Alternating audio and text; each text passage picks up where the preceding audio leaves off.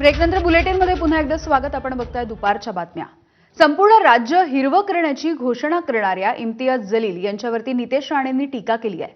जलील यांनी औरंगजेबाच्या कबरीवरती जाऊन अशा पद्धतीची स्वप्न पाहावीत असंही राणे म्हणाले.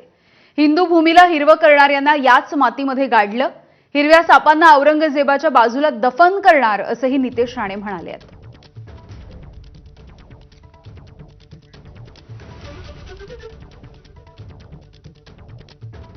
ज्यांनी आमच्या ह्या देश हिंदू भूमीला, हिंदू राष्ट्राला, आमच्या हिंदू महाराष्ट्राला हिरवं करण्याचं स्वप्न बघितलं, त्यांना ह्याच महाराष्ट्रामध्ये आम्ही गाडून दाखवलेलं आहे. पाय तर त्या इम्तियाज जलील नावाच्या हिरव्या सापांनी जरा त्या औरंगजेबच्या कबरीकडे जाऊन उभं राहावं आणि मग हे स्वप्न पाहावं.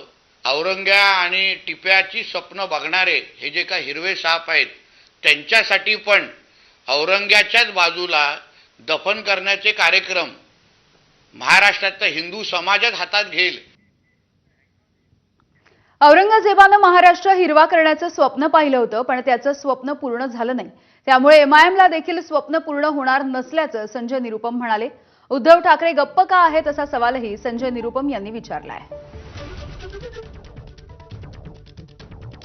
औरंगजेब ने कुछ नहीं कर पाया, औरंगजेब कुछ नहीं कर पाया.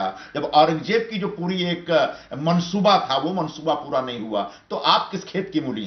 तो आपसे सिर्फ इतना ही निवेदन है कि चुनाव को चुनाव के ढंग से लीजिए और संविधान के दायरे में रह करके काम करिए. उद्धव ठाकरे का पूरा खानदान, पूरा क्लैन कहां छुप गया है.